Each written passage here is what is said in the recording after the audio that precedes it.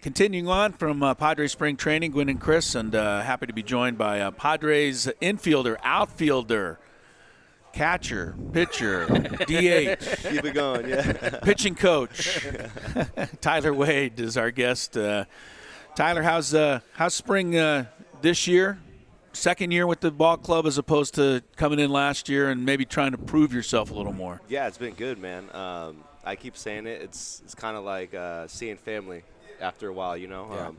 Getting really close with the guys last year and having a special year. And obviously we got unfinished business, so it was like eager to get into camp. And it's good to see the boys, man. It's like getting the summer ball group back together, man, and ready to ride. But it's been good.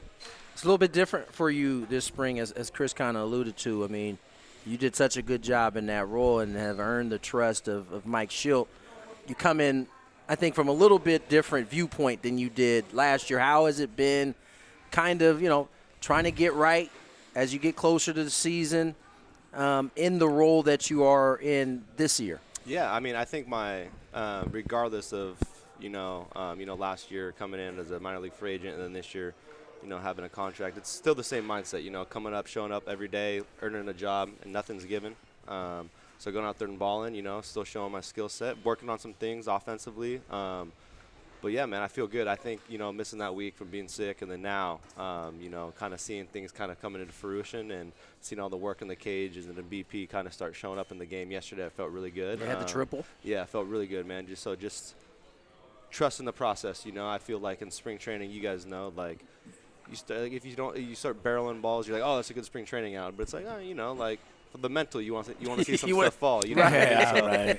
But like now, trusting the process, swinging at good pitches, and then I just defensively, man, I feel really good. So just trying to keep this momentum that I've built from the offseason until now, just rolling in at opening day, man, and whenever my name's called, man, just kind of continue that mindset that I had last year into this year. I know in a different world of a major league ball player, but a bloop single still feels better than a deep line out that is caught by the right fielder. I've tried to convince myself otherwise, but it always seems like the bloop single just feels a little bit better, right? Chris, I'll take 17 broken back right. hits over. Yeah, see, there you go. Balls hit at 110. I know, isn't that something? It's so weird. It's unbelievable, man. Don't care how you get them, but yeah. How's the it went defensively, not exactly knowing exactly where you're going to play? How do you prepare yourself each and every day, especially in the regular season, because there's no way of knowing where you might go in? That's a good question. I started doing this in 2015, so it's literally been 10 years now since I've been doing this. And so it's just trial and error all those years, but just kind of building a routine, man, of knowing where I need to touch up at. I'm a big believer in if I am really good at shortstop, I will be good anywhere else on the dirt. So okay. if my work good is at short, it translates to third, second, first, whatever, right? It's just footwork. And then the outfield, man, if I'm not playing, I'm just bobbing at, taking balls up the bat during BP. That's, as an outfielder, that's the best way to get live reads, man. You can do machine work, but, actually hearing, the crack of the bat and swings and, sometimes the guy takes a big swing and it's really not hit that hard. So just being able to trust your footwork and your reads like that, that's the best game reps is during BP if you're not playing in the game. So just really doing that and focusing on that is a big part of my routine. Utility man Tyler Wade joins us here. And Tyler, one of the words that seemed like was said a lot, especially early in camp, was continuity. I thought last year, watching you guys as a team offense, I thought you guys performed as well as any team in terms of doing whatever needed to be done. We talked a little bit with Jake earlier about the same subject. In a lot of ways, when I watch you guys, especially when you guys are intact, like what it looks like during the regular season, it seems like these spring training at-bats are built around kind of continuing the same exact approach at the plate, team approach at the plate. Has that kind of been the case in spring training? Yeah, man. I think if you look at the second half of the year, man, the continuity of it, it's one unit. It's 1 through 9. We're all same common goal, right? We play to the scoreboard. We play to the situation. We have a really intelligent baseball group. Our IQ in that room, man, is through the roof.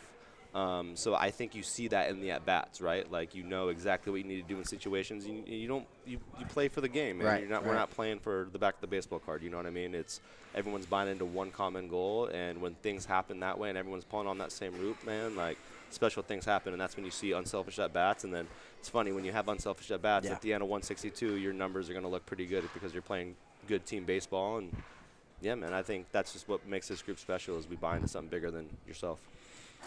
It's worked out really well, and Tyler Wade has been a big part of it. He joins us here from spring training. All right, the fans, the media, the people that aren't really on behind the scenes, we think the Yankees are the evil empire, and they are horrible, and they are bad, and they are mean.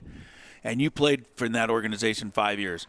Is there a difference, honestly, between being in the Yankee organization and the Padre organization?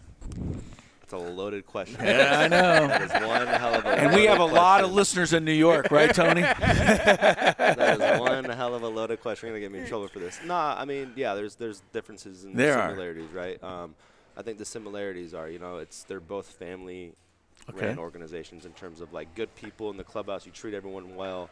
It just ran like a family, man. It's obviously at the end of the day it's a business, but, like, everyone in the room, in the group, it's family, man. Like, we're with each other more than we are with our actual family. So, like, let's get along. Let's go for the same goal. And also, it's about winning each and every day, right? Like, I think that's, like, the biggest thing that I think I've noticed here from there is the similarities. Is it doesn't matter what we did yesterday. It's about how do we win today. And I think that's just, like, the Yankee way, man. Like, I think that's part of being a Padre, too, is win the day. So those are the similarities. And the differences, man, like, I mean, it's playing in New York versus it's West Coast, East Coast, right? It's completely two different vibes.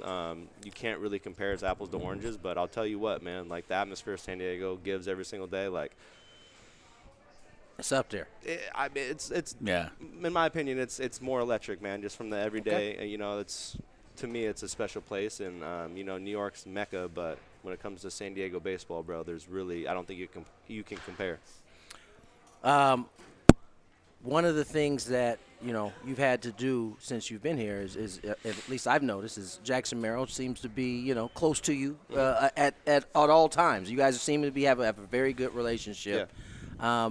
Year 2 for this young man. I mean, what is the best advice you're giving that if he's asked that you would give him going into year 2? Bro, it's not even like he's asking. It's just the kid's special, bro. Yeah. And I've been very fortunate and blessed enough to, talking about New York, is I came up with really good role models, man. I had CeCe Sabathia, I had Brett Gardner, I had Aaron Judge, like all these guys that do it the right way and have all this wisdom that was passed on to me.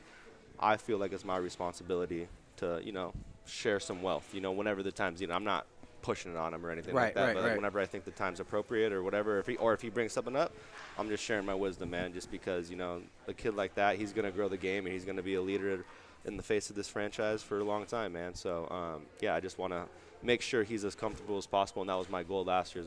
The league's hard, man, and obviously he didn't make it look hard, but just trying to make sure he's as comfortable as he can be. When the game's when you're in the middle of a ball game, are you thinking along the lines of a Mike Schilt, and having now played for him for a year, in the sense that you kind of can sense the way a game is going, where you might be used later in the game? Yeah, man. Mike does a really good job of communicating that to me. And I think if you were to ask him now, he don't even have to tell me. I just think I'm reading his mind, and I'm playing manager as the game goes along. And, fifth inning, sixth inning rolls around, and whatever the score is, man, I'm reading him, and I can kind of feel what he's sensing. So, yeah, man. But it goes down to like just the communication aspect of now is like what I need to be ready for, and then obviously things change throughout the year, but I just feel like we're on a good similar wavelength when it comes to that. Well, Tyler Wade, we appreciate it as always. The Yankee fans are the Yankee fans, but the Padre fans are the Padre fans. I think you handled that question perfectly, by the way.